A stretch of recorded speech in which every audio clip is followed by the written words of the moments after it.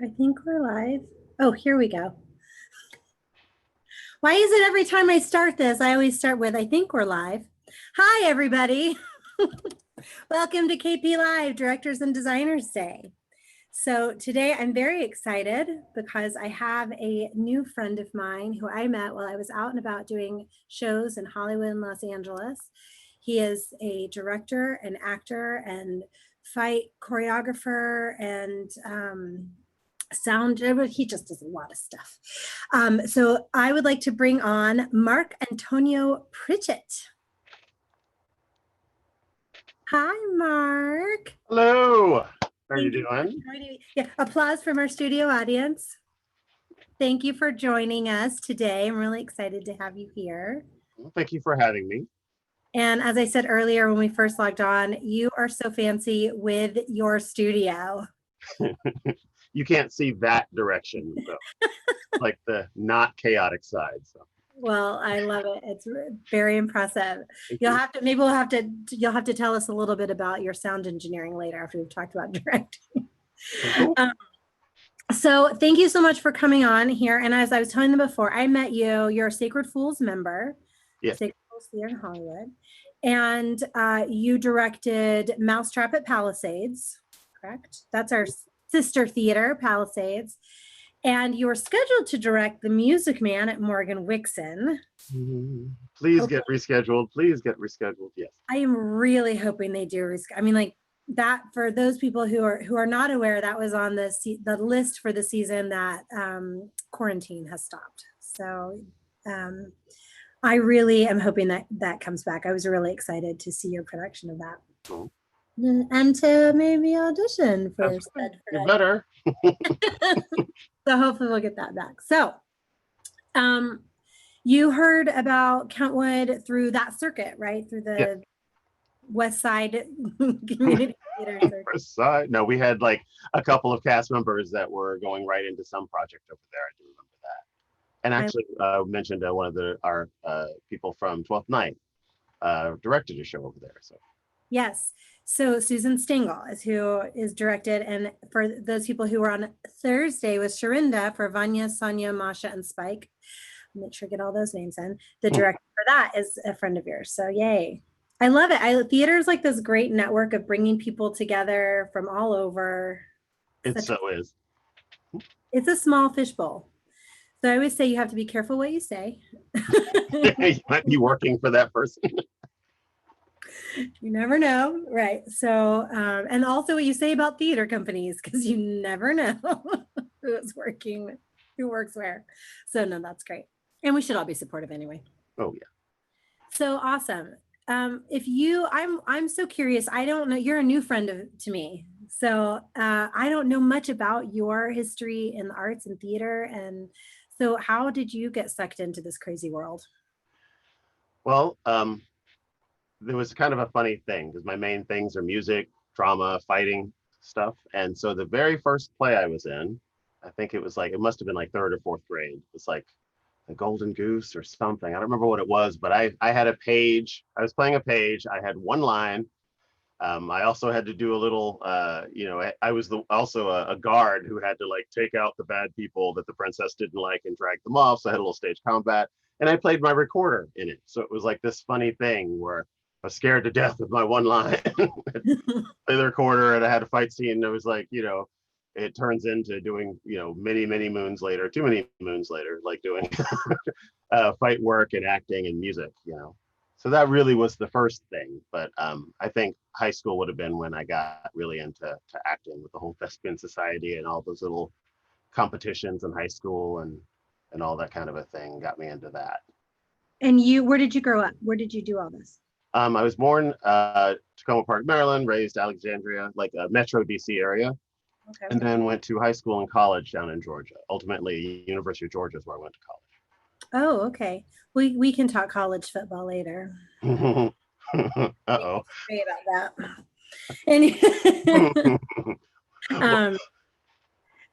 So no, that's great. And so when you got into doing stuff in high school, were you doing mostly acting or were you doing still the fight combat, choreography, music, or like how was that? I sang in the choir and I played in the marching band and stuff like that. Um, I was the only kid who I was a self-taught piano player, and my fingerings were horrible for that reason. But I was the only boy who played. So whenever those region competitions, I don't know if they do them anymore. If I'm suddenly making myself very old, but they had those little things where you'd like have debates and you'd do Yeah. monologues and all those things. So they would send a boy and a girl to go play piano and compete against the other ones. And I always got like kind of third and fourths and stuff like that, which always was like, but in retrospect, for a kid with no piano lessons, like, competing with people who had taken it their whole life, it was different. Right. It And wasn't music until college. The Our choir teacher got me a little scholarship to go up to this music event at University of Georgia, and I played a couple of my pieces. And Dr. Frazier looked at my hands, looked at me, looked at my hands, like, "You've never had a lesson in your life, have you?" It was like, "Oh boy." He's like, "No, no, no. If we straighten out your fingers, you could really play, and it would be great." And he actually reached out. He said he would give me free piano lessons until I could pass the School of Music audition. And so I went up there, had a little part-time job. I took those lessons for maybe about a year and a half. Then that's how I got into college. that's So amazing. that's the music, and that's where I started turning the fighting from martial arts stuff. I skipped a bit, but that's where I started doing the stage combat stuff, because Got- I couldn't do them all, and the only thing that united them was acting and directing. Yep. So it was like, oh, well, an actor who can throw a sidekick is more valuable, but a pianist who can throw a sidekick is not so much more valuable. So acting made the most sense. So I changed my music to composition, and my fighting from tournaments and fencing stuff to actual stunt fighting. And so now they all led to LA. Oh, that's so cool. Did I answer your question in that? 100% you did, and then some, which is really cool. But it really speaks about the craft, and about being well-rounded and learning all these art forms, because the theater really does take in everything. That's a beautiful thing about it, actually, how it's, oh my God, like some of the talented people, you're one of them who can move and sing and act. And it's just amazing. Opera was one of those few places, kind of like theater, where it seems weird to be a fight coordinator, musician, and an actor until you're in an opera or something, like that, where suddenly it's like, oh, yeah. And they're like a fight coordinator who reads music. Right. It just makes for all skills become one, I guess. It's a neat thing. Absolutely. I think sometimes people, I know this isn't the actor day, but I think sometimes people don't realize what the time and energy that artists put in to making themselves well-rounded individuals, and all these different, especially actors Yeah. that learn all these different things. One, to make us more marketable, but two, because we use it in all these different projects in all these different ways. I mean, I actually, my very first summer stock gig I got because I rode horses, and it was in my, like, I put horse riding on as a joke, like in my special skills, because I thought people would be like, oh, ballet dancer, singer, tap dancer, horse riding, and they were like, oh, good, we need that, and then offered me a job, and I was like, you awesome. So not so that's great. Question about directing. How on earth did you go from all that to directing? So the weird stuff, all this, these different musical art thingies, or I should just say arts period, that I get involved with, it's all kind of stemming from being sort of an unshackled ADD kid. As you raise yourself and you're ADD, you do everything that you want to do. And then you grow up and you go, I can't do all those things unless I figure out a way to aim them. Mm-hmm. And so it sort of came out because, I don't even know, except for I use a lot of I haven't got a chance to use as much of my composition background, except for I use it when I direct, I use it when I make fights. It's like crazy how learning how to start a theme and then how to expand on that theme, but everything still feels like it's part of that whole, but it doesn't get repetitive. And then it goes somewhere you didn't expect. And then it lands to a satisfactory conclusion. That's directing, that's acting. It's like the most zen thing about it. So it's like you can't control telling the story. You're like a being in the story when you're acting. Right. But when you direct, you're telling the story. And on an emotional level, you get to kind of create the acting environment that you wish you could be in. So you're like that. And they're like, oh man, but I couldn't do that if I was in it. So it's like I never get to play in that.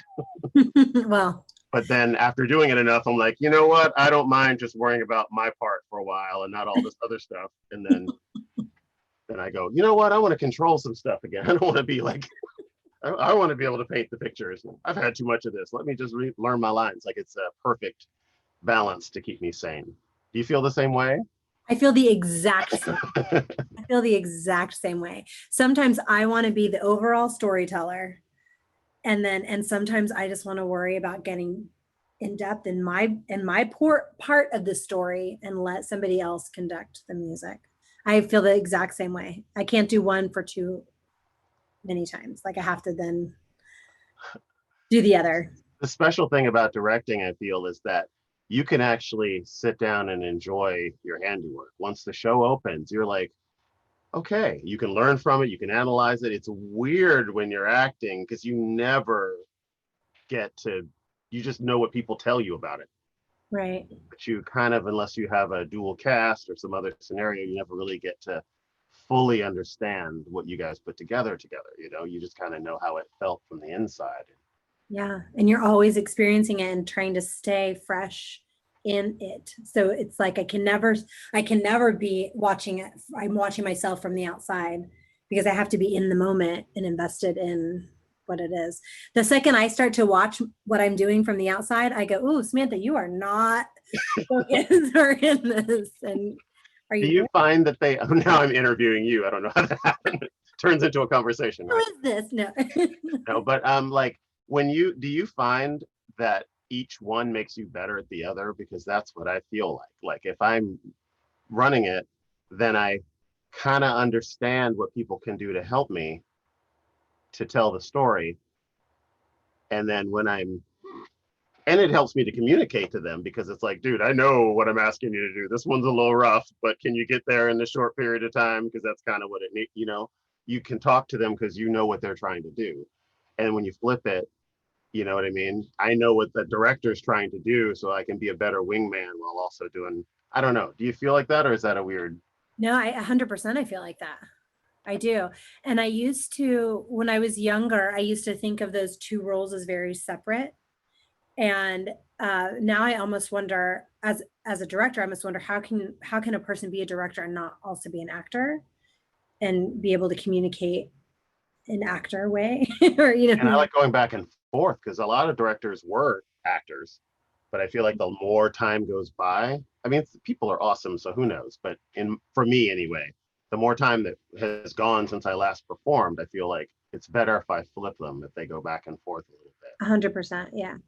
And I do, because I also feel like, and on the reverse, whenever I'm an actor, my job is, I mean, essentially my job is to tell the director's story, right?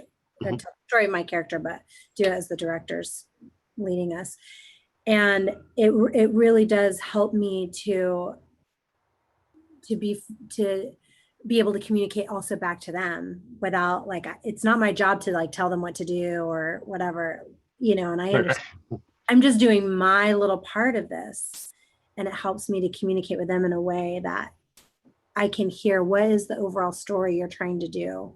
Because make no mistake, as an actor, I'm out for my character. I have an objective. Right.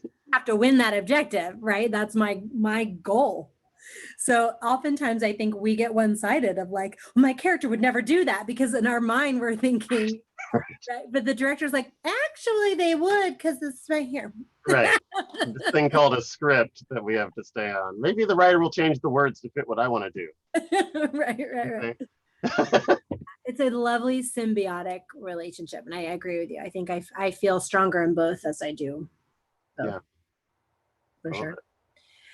So let's talk a little bit about your process as a director. Let's start this. How do you choose your pieces you want to do?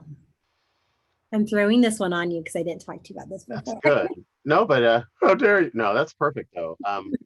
Because really, honestly, I have to be kind of a Swiss Army knife about it because it's not like it's not like I'm typically just creating what it is I wanted to do, Right.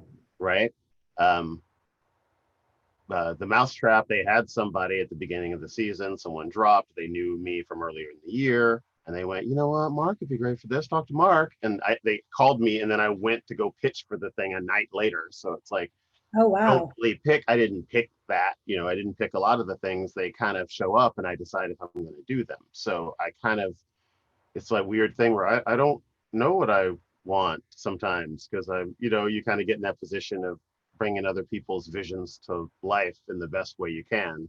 Yeah. Uh, and you forget like, what is it that I want?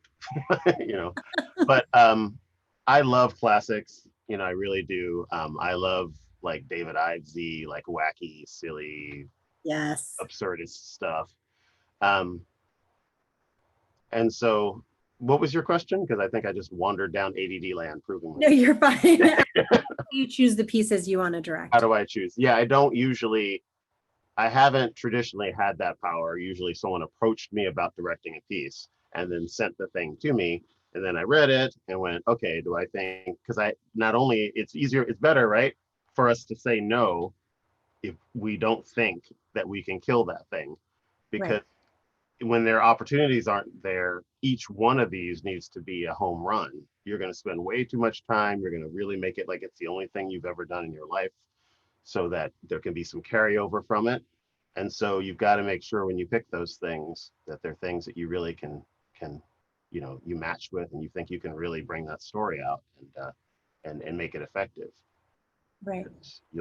People will decide whether or not you get the next thing based on it, right? And that's Yeah. much more strong an influence on your life if the opportunities aren't there Yeah.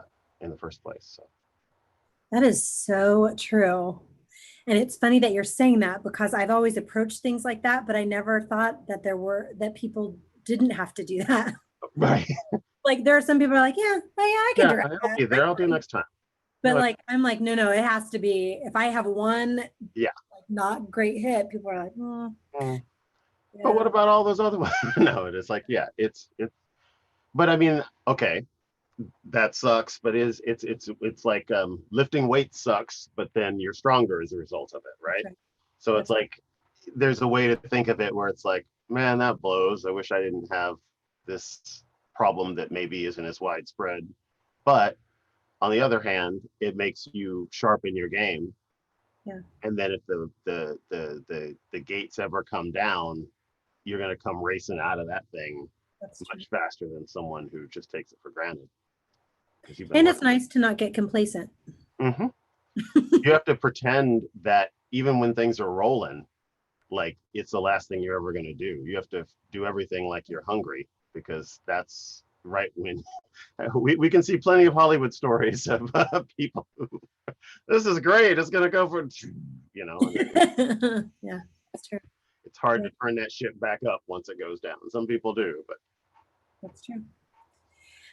So you've got your piece, you've got your design team, you're working with telling your vision. Um, well, let me ask you that. Are there tools and tricks that you use to come up with your vision? Is it super organic? Are you just the words from the page just inspire visions, or how does that work in your mind? um, I guess I'm thinking of it kind of like an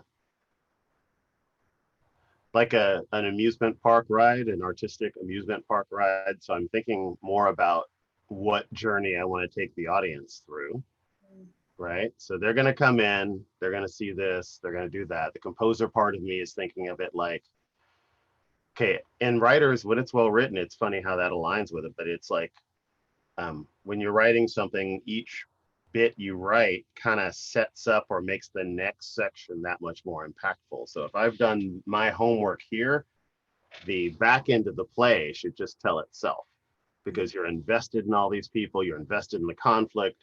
Now you're on board. And as long as we keep that momentum going forward, we can hit that satisfactory ending. But um, a lot of that has to do with how you start that. And so The storytelling part, I like to get the actors in on it. I like to get the, we've all been in that show when you're first in that first rehearsal. Sometimes you win, and I got a yay, I'm in it, but then you're like, did I win?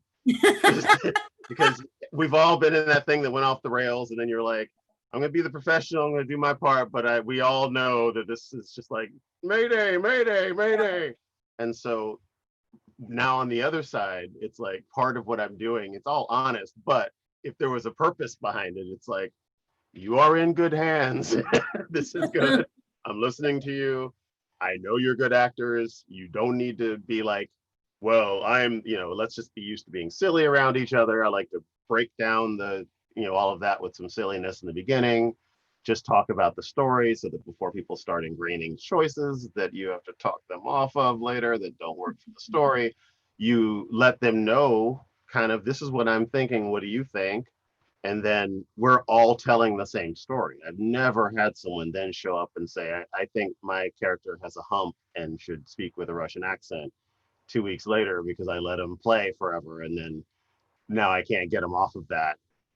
If we start with the storytelling, then now I've got all these brains adding like layers to all of these characters in service of the same story. And it's like, that's always worked for me. I love that. Yes, yes, because that's the goal, is to tell the story. And it's real easy to veer off and not think about it serving the purpose of the story. It's also easy to veer off and think of like bits like, oh, this will be funny, or that, or this will really like clench them in the heart or whatever. But it's like, does it serve the purpose of the story? And you have everyone focused on that. That's great. I think it's like a therapist in a weird way. Follow me here. In that, if you're good, you're making yourself more obsolete each time you see them. Yeah. Right. And so that's another thing to guard, because we've all been in that show where the show's rolling, and then the director can feel the show not needing them anymore. And so they're like, no, hold on, don't fly away yet. You're like, dude, you won, just let it go. You know what I mean? And it's gonna rock. And instead you're kind of, man, I love that feeling actually as a director. That moment where it's like, oh, there she goes. it's flying. It's like you let go of the thing and they're riding, I'm riding. Yeah. It's just like that. Go get it, and then it's just like, okay, these are all general, just housekeeping things, you got it. Now let's just see what we can do to polish the tiniest little things, until you get that audience in there. I love it. So when you're casting, what are you looking for when actors come in and audition for you? What are the things you look for? Well, there's another thing where I guess being on the other side of it, I guess being minority also, definitely, and I had a conversation with one of the directors at Sacred Fools about this too, like looking like the resume means very little to me, because the resume is just a record of the opportunities that someone gave you. It does not tell me how good you are connecting with somebody else. And so I'm writing that down. I love that so much. I think I made that up, but if not, don't sue me, whoever did. No, but like, as far as opportunity is concerned, like, I just feel like there's the filters. What filters you run into when you're the actor side of it. So now that you can do it, it's one thing to complain about them, but if you're going to be actually running the thing, it's on you to make sure you don't do what got done to you. Right. And it works for the show too, because if I can get the best ensemble of people, both talent and personality wise, where they're ready to do, it isn't an ego-y, friction-y thing where it's like you can tell almost immediately sometimes where you're like, you're good. In the mix of this cast, if you're doing this now to get a job, what's it going to be like once you get the job? Like, that's going to not be a good change. Most people don't get better. Like, if they're a little snitty, like when they're trying to get something from you, once they have power over you, they're not usually going to become better human beings. But so anyway, I'm really, first of all, I'm looking at them individually, and I do like to record them, because I want to make sure, like I'm fair with it. So I'll take really good notes and watch and see everything and put everything down without thinking twice about that camera. And then I'll look at what did the tape say? And I know that sometimes what you felt in the room for theater in particular, I always weight it with what I felt in the room. But when I'm kind of checking for details and stuff that I couldn't possibly catch in real time, relationships, like when I'm pairing people together and they're having these conversations, which of these things is bigger than the sum of the parts. Sometimes this combination of two people is like better than maybe two people that might individually maybe peak a little more, but you put the right two people together and you're like, wow, how important is this relationship in the show? Oh, it's really important. Or it's, maybe it's not, and you're just weighing all those things to have both make the most artistically sound choice, but also the most logically sound choice, like you're doing the housekeeping, but you're also housekeeping with a heart kind of thing. Problem solve math with a heart, So, yeah, that's great. Yeah. Yeah, you did. Absolutely, you did.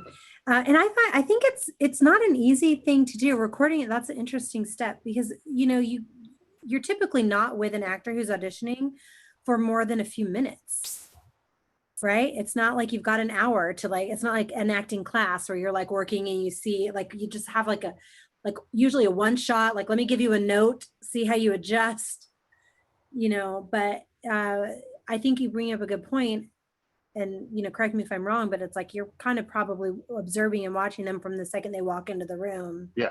and the second that they leave. Because this is a person you're going to be in a foxhole with too, solving problems together.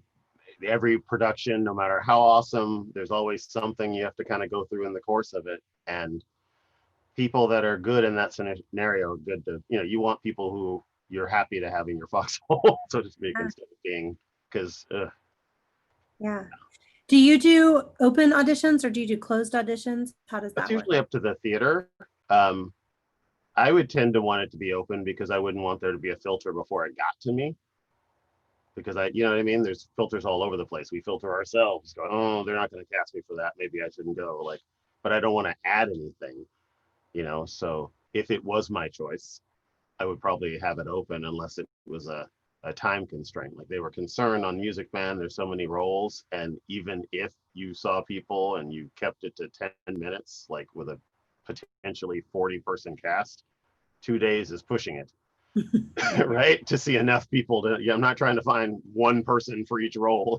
You want to have options, and that's a lot of human beings to see in a couple days. So sometimes you have to make a choice just pragmatically. But if the time wasn't an issue, it would just be open, and I would just watch, record. And so anything that I missed in the room, I can go and look back.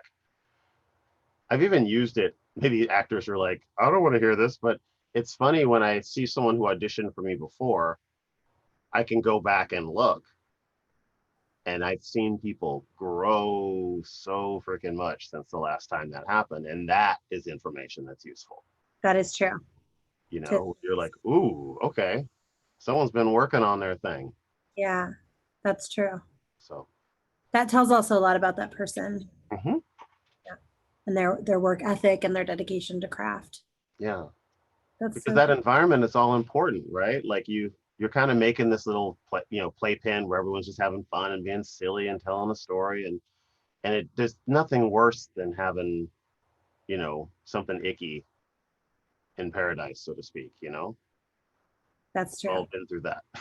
Yeah. I have another question. I have two questions I want to talk to you about. I'm going to come back to this because so don't let me off the hook, because I want to talk to you about, you had mentioned something in another conversation we had about the space and the process, and you talked about it a little bit here about being silly at the beginning and all that kind of stuff. But I also want to ask you, because you brought up Music Man, which is a musical.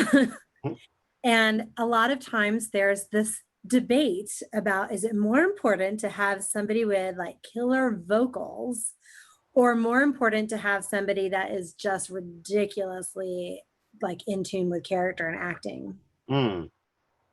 And so which way? I think it's on a case by case basis, because if you're playing Jesus and Jesus Christ Superstar or Judas, I kind of need you to wail. Mm. You could be the greatest actor of all time, but it's kind of hard when you get to Gethsemane and you had to lower it like half an octave, and you're like, the show's losing its fireworks. Like there's mechanical things there, right?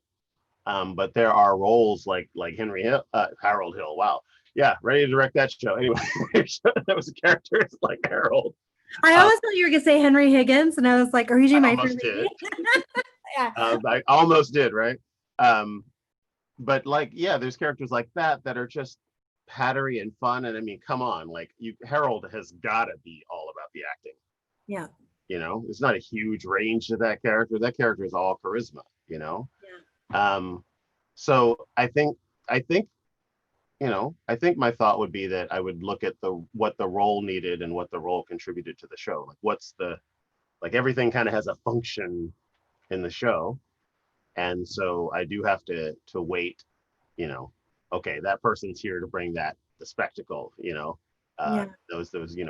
you have that like Last Supper thing. And if you don't have a good Jesus and Judas to go, off on each other, you kind of take something from the show, since that is actually part of the spectacle of the show.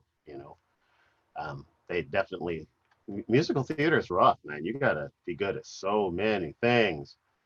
It's different. Like I thought, coming from an opera background, but it was like, you are a singer.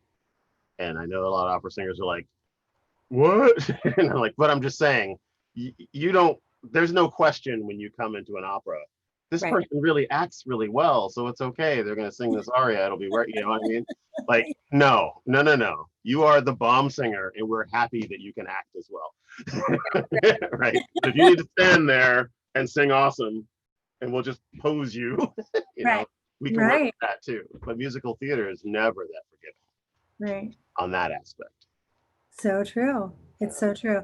And I think that's really great points what you're saying about depending on the type of show that we're doing. I sat in a workshop with Stephen Sondheim years ago, and he was speaking, and he's often said this, the acting portion is so important to him, and he writes for the actor. Mm-hmm. And but other shows are like Jesus Christ Superstar is a great example of that, where it is so much about, like, that's the firework of that show, are those songs, that rock sound song. It's not like you have to be able to sing in that style even. Yeah. And you got big things to live up to. Yeah. Yeah. And that's, I mean, it's kind of like doing Phantom without the chandelier, or without the, like the thing that makes it, or her beautiful high soprano voice. Like if you, like, those are the things we know, you have to have something that is, powerful. I love that. It's great. So I wanted to go back to the process of which you started touching on, when you start working with your actors, you've got your cast, you've got your designs coming in, and you had talked about making a safe space in which to play.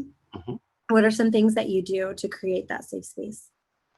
Some of them are, they're what a lot of people would think of as silly acting games, but a lot of them, like, I love doing that even in my stage combat classes. Like, it's a game and everyone's having fun, but there is a reason behind it, and it's doing something that is functional to what we're trying to do, right?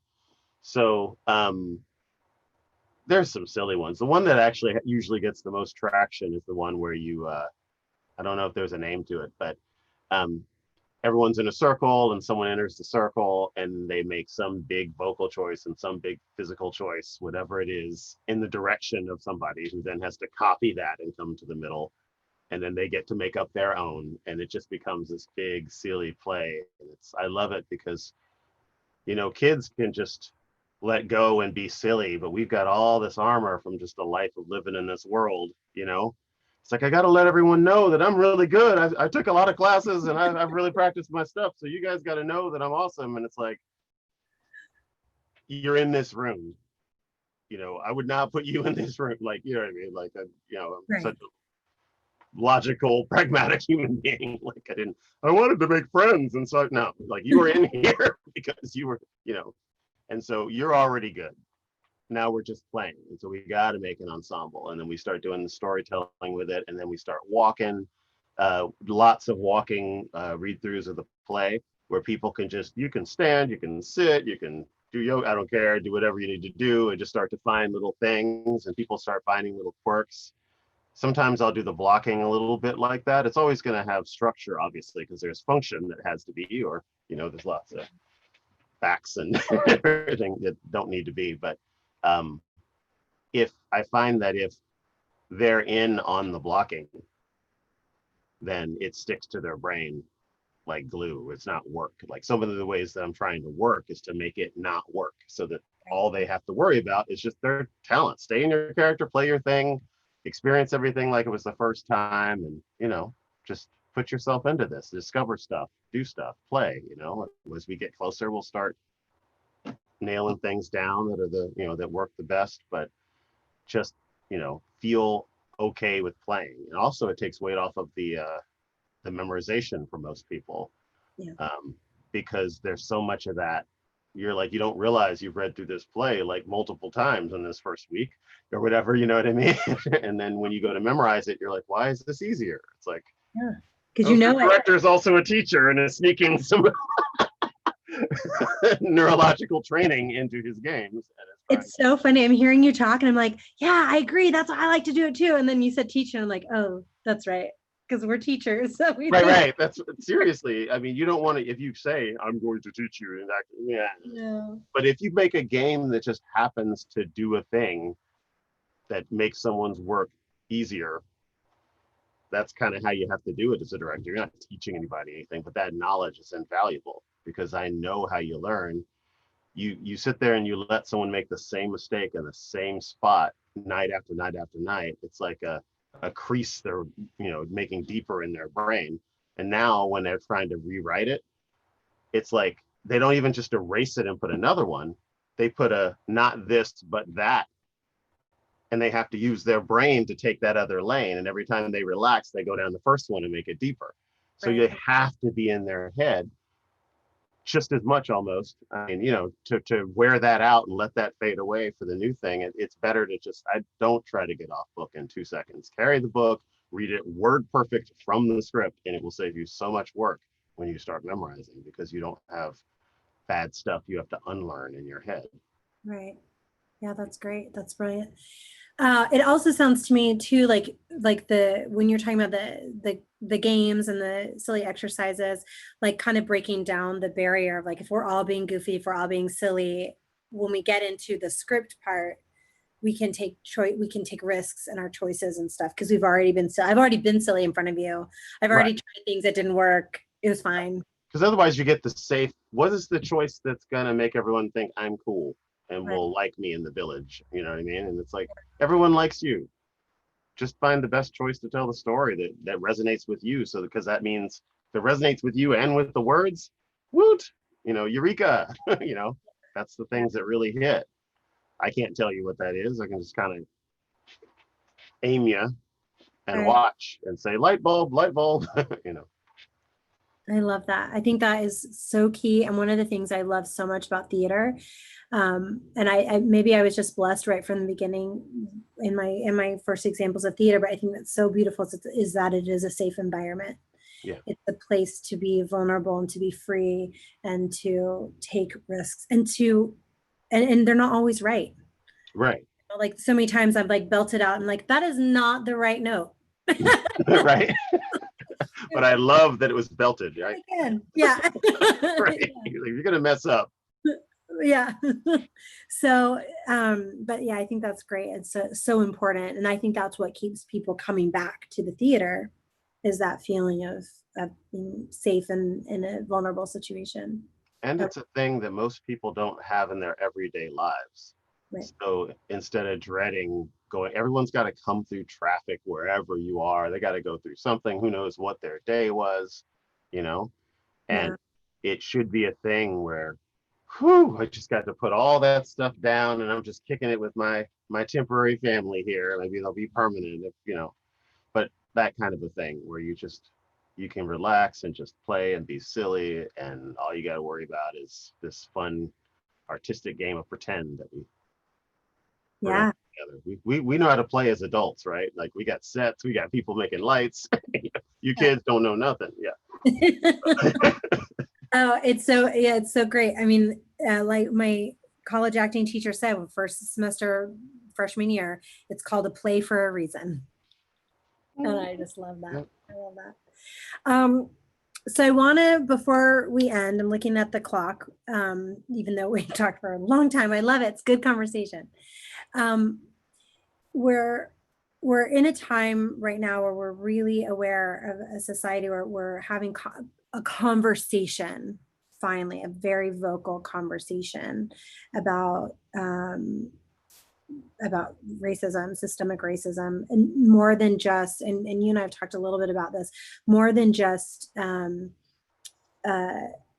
outright like calling someone the N word, or like, you know, yes, we're talking about brutality, but we were also talking about just the stuff, the unconscious stuff that is slipped in. Yeah. I don't want to say slipped in, that has been intentionally. Sometimes we think, but we're so conditioned, we don't know. And that includes in theater. Mhm. Even though we just talked about theater being an open space and I think in many instances it has been a great space, a welcoming space for people, but we can do better. So what are some steps that you think theaters as a whole can do, or that you think we should be focusing on right now? You know, I think that focusing on the front part of the equation, so to speak, on the opportunities, right? That's really where the healing can come from. If you find ways to lower boundaries, to give obstacles for, different people have different obstacles depending on where they're coming from, some disproportionately so. If you get to know what that is, and maybe the first step of that is to finding some chances to talk with people who want to have a constructive conversation with you from those various communities, and have them communicate, because they're all black belts and what they run into all the time, right? Like I know exactly what my, I see them all the time. It may be a mystery to some, but I know that, when I see in the script that, oh, it's brother and sister, how are they gonna, and there's so much rejection in this world. You filter yourself, because even you could have the most enlightened director on earth, but if you don't know that, you may not even go out for that part. It could be a scenario where there's some artwork that depicts some characters that are in the thing, and that makes you think that those characters should be that certain way. Once again, there's no bad guys. It's just one of those things where you can see that and you go, you know what, if I got to choose where I'm going to get my heart broken, I'm going to go to the places where, I got my best chance of winning. Yeah.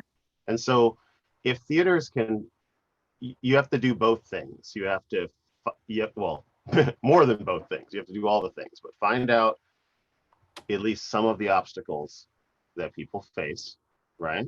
Mm-hmm. And then do what you can to remove those, and do what you can once you know you're going to honor that, to let people know that you're a place where they can get a fair shake, and then honor that so that people can see that and then go, man, I had a great experience with that theater, Yeah. and it's not going to just turn a page and be tomorrow, but every time you put another little seed out there that can grow into things, it's so much more useful than just placing someone somewhere and going, all right, we did a play that was about this, that was all something, or we grabbed someone, we put them there, we kind of, touched the butterfly wings and stuck somebody there. We focus on the end of the equation, Right. It doesn't have any carryover. It's just, maybe there was some optics, maybe your neighbors clapped a little extra loud for you because of what you did, but functionally you didn't change a whole lot. But if you go earlier, I made this example in something I was writing. Oh, it was an email to someone about a theater thing, and it was like, if there is a pothole outside of my community, and every time one of us wants to leave, we have to deal with that. And you see it from the outside and you go, oh, it seems like a lot of people in your community have flat tires. And then you go out and you give out some flat tires and you pat yourself on the back and you leave. There was nothing wrong with that. Thank you.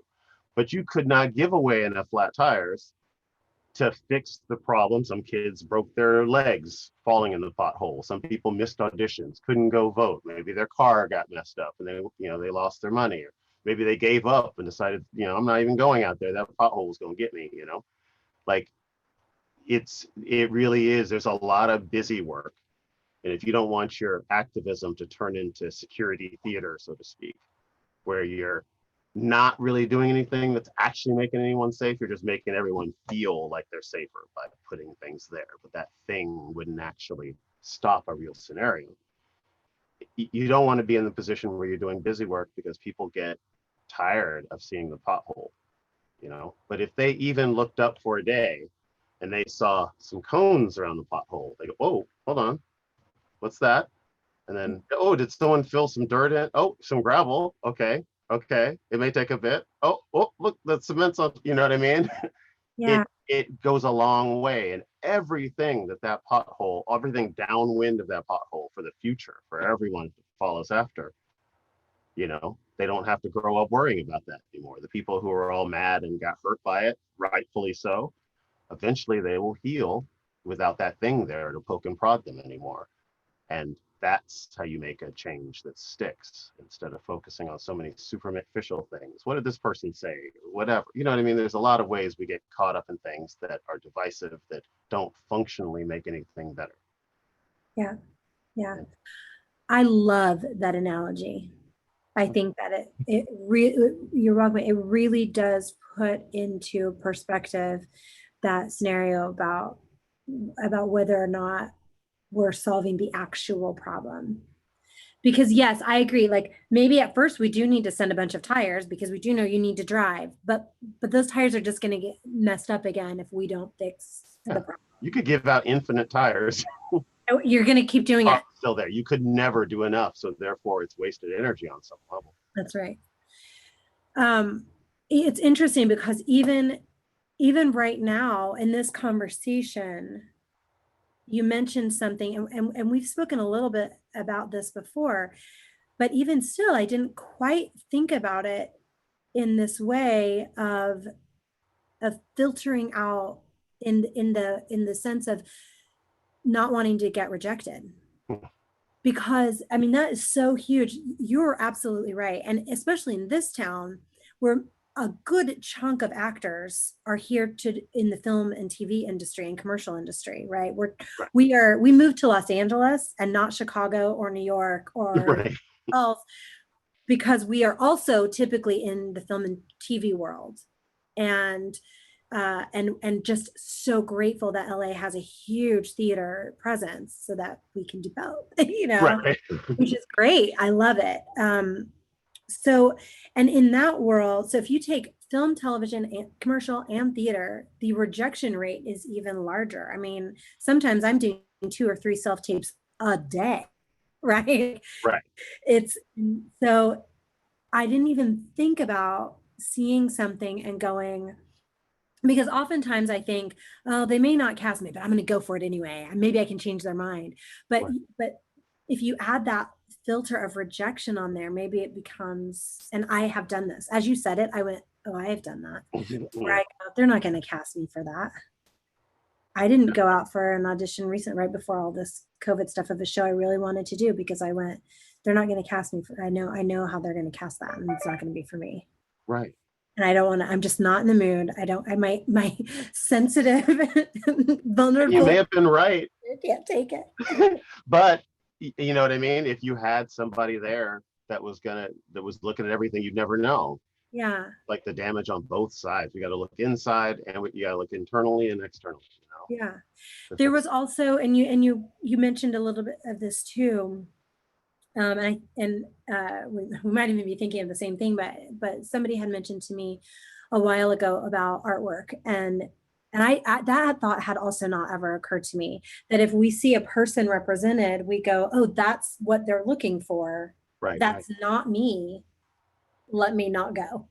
And maybe somebody who is thinking, I want everything coming, is not realizing they've just taken out a good chunk of options. Right. Or certainly facilitated people taking themselves out. Taking themselves out. Yeah, yeah, You never know. It has the same effect. And yeah. it's one of those things where I think there's a lot more of that, at least from my perspective, a lot of what we see as racism, a lot of what we see as a lot of these things, right, are these systems that are there that people do. They're in everybody's like rote, autopilot, right? But when you add all those things up together, they turn into something that disproportionately hurts someone. Right. So if then I go and say, you're Satan, you're not really inspired to go take a closer look at that, right? It's not a real helpful way to be constructive, but that's one of those things. Like it's like if you, and it's harder because everyone in acting faces rejection all the time. So you don't understand that sort of relativity thing. Where it's like, I'm not saying that this isn't part of what this business is. I'm saying there's a disproportionate amount of it here. Look, you can see, look at your streaming feed. Just look at the faces going from top to bottom. I don't care if it's Netflix, if it's Amazon Prime. Look at those faces straight down. Take a census if you like. Yeah. None of us can control that to prove our point. It's reality. It's like testing gravity. You'll see exactly what we're talking about. Yeah. And that's the sum of a lot of filters at all levels of the game. Yeah.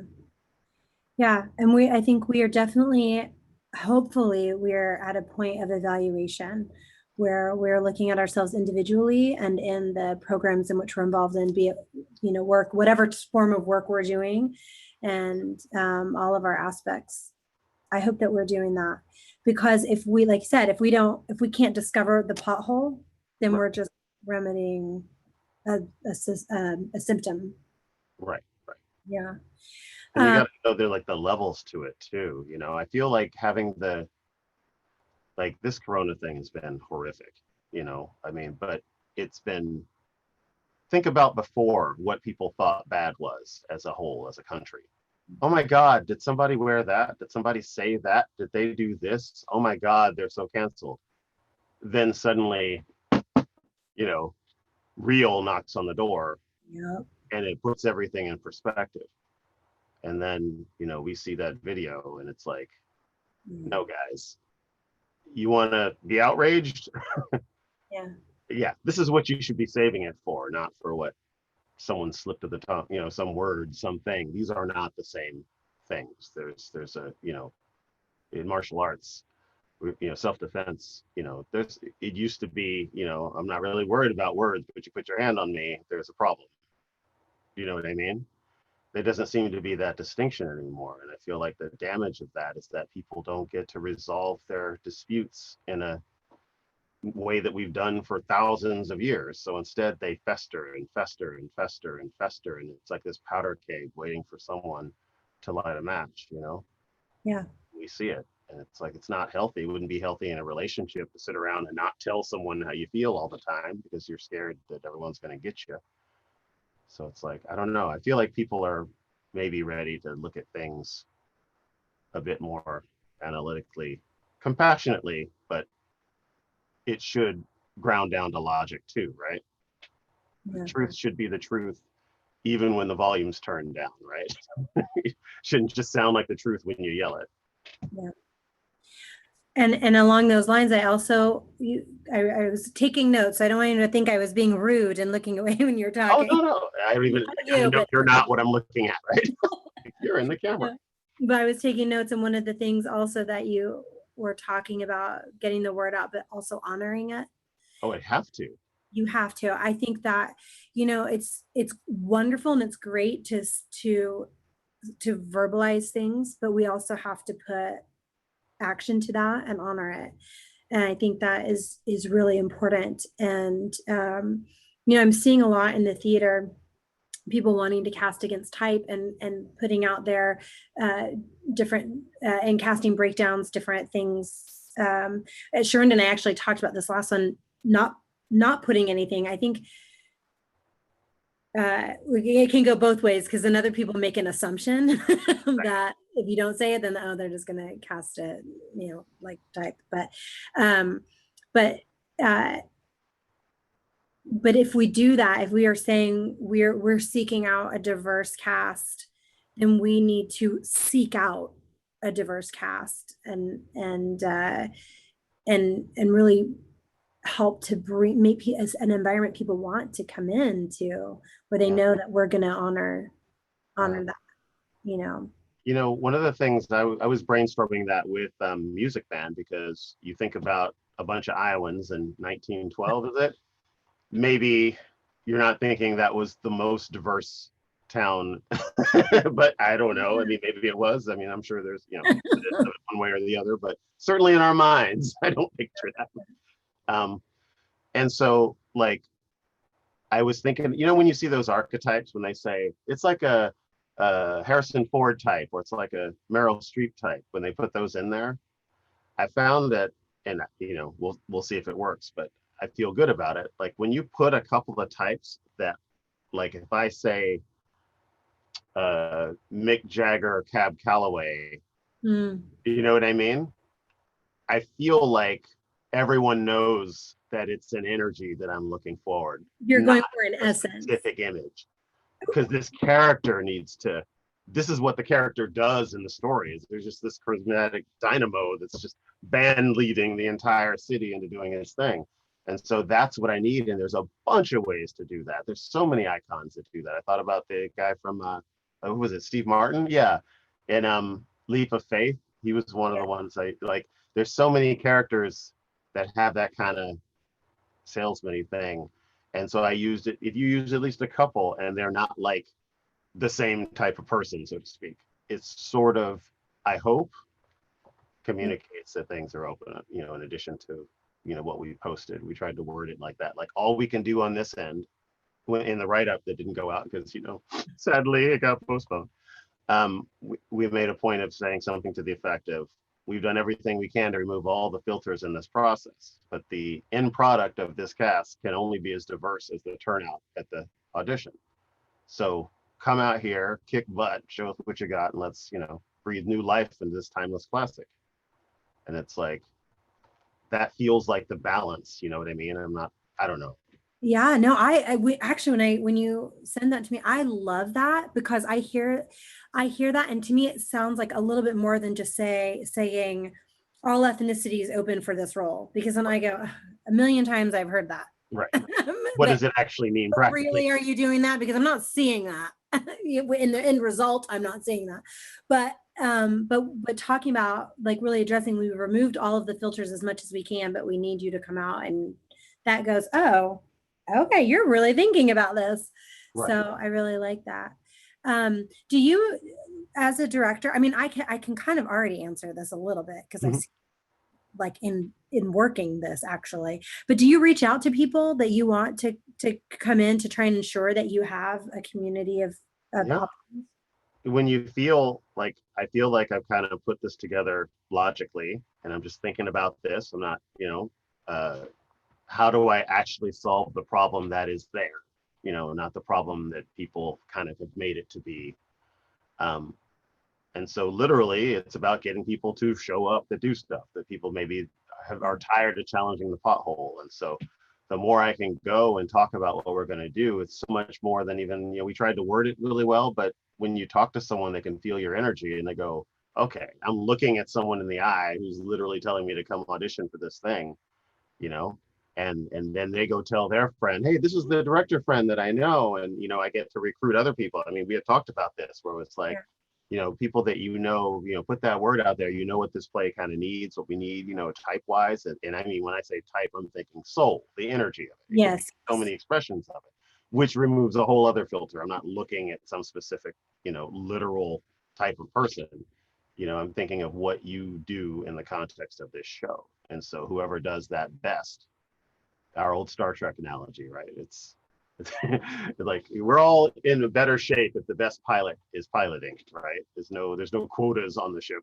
You look around and it's like, you're there. But amazingly enough, it's diverse looking. How did that happen? It's because talent is spread through all these people. And if we stop trying to manipulate it, you know what I mean? And we go to the front of the equation and we remove all the things that people run into, and we proactively go to them so they don't remove themselves from the equation, and we start to get more people in the system.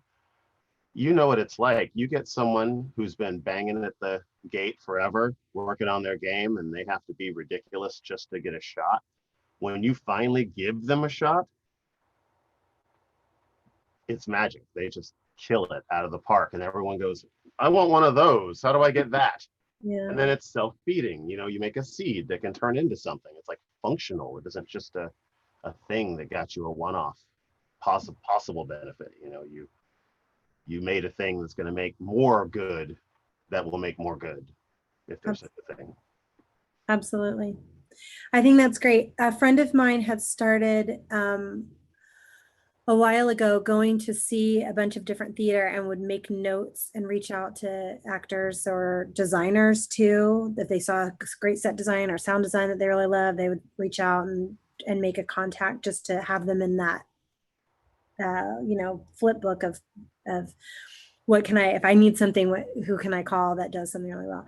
And I really like that idea, and I wanted to start doing that. Oftentimes I get called and says, hey, do you know any male actors between this age that can do this type of, or do you know any female actors that can speak Spanish or whatever, like all this stuff. And if somebody asks me that, I'm like, I don't know anybody Hispanic. Like, you don't really right. You're like, wait, what? Your entire family are actors. Like, right. Oh, right. But I can look at an Excel spreadsheet and go, okay, these people speak Spanish. These people are, live in Los Angeles, whatever, Right. or live in New York. But one of the things I realized in LA is that I need to go and see theater all over the place, and in places that I don't just know somebody in the show.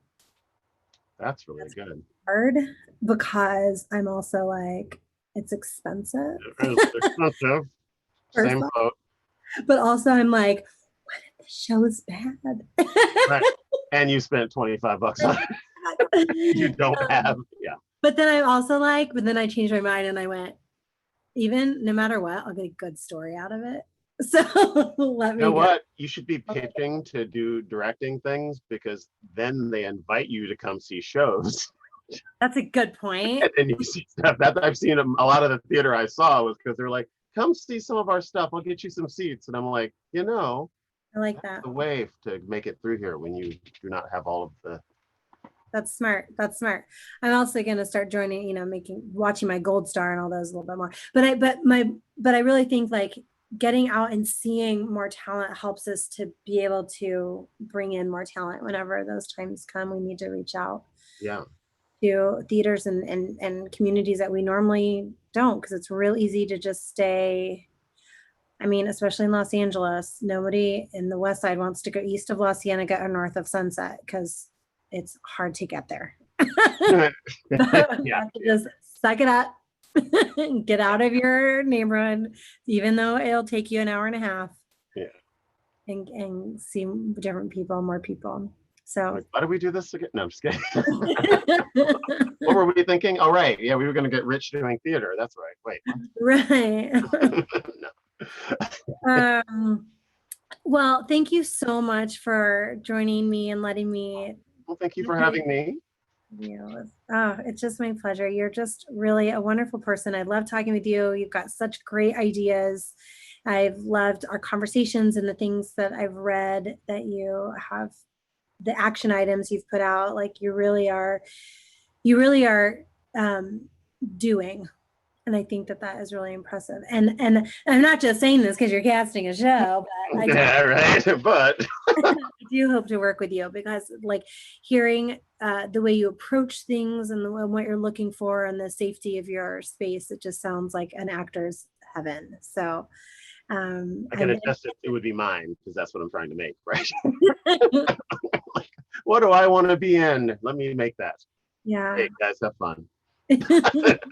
Well, I love it. I'm envious of those who've already gotten to work with you, but I hope to work with you myself in some capacity in the future. So What happened? Thank you so much. You're just Thank so, you. all right. All right, people, we're going to log off. Have a wonderful rest of your Sunday and rest of your week. And we'll be back Thursday with our actors, backers, and crew, 7 o'clock. All right. Bye, everybody.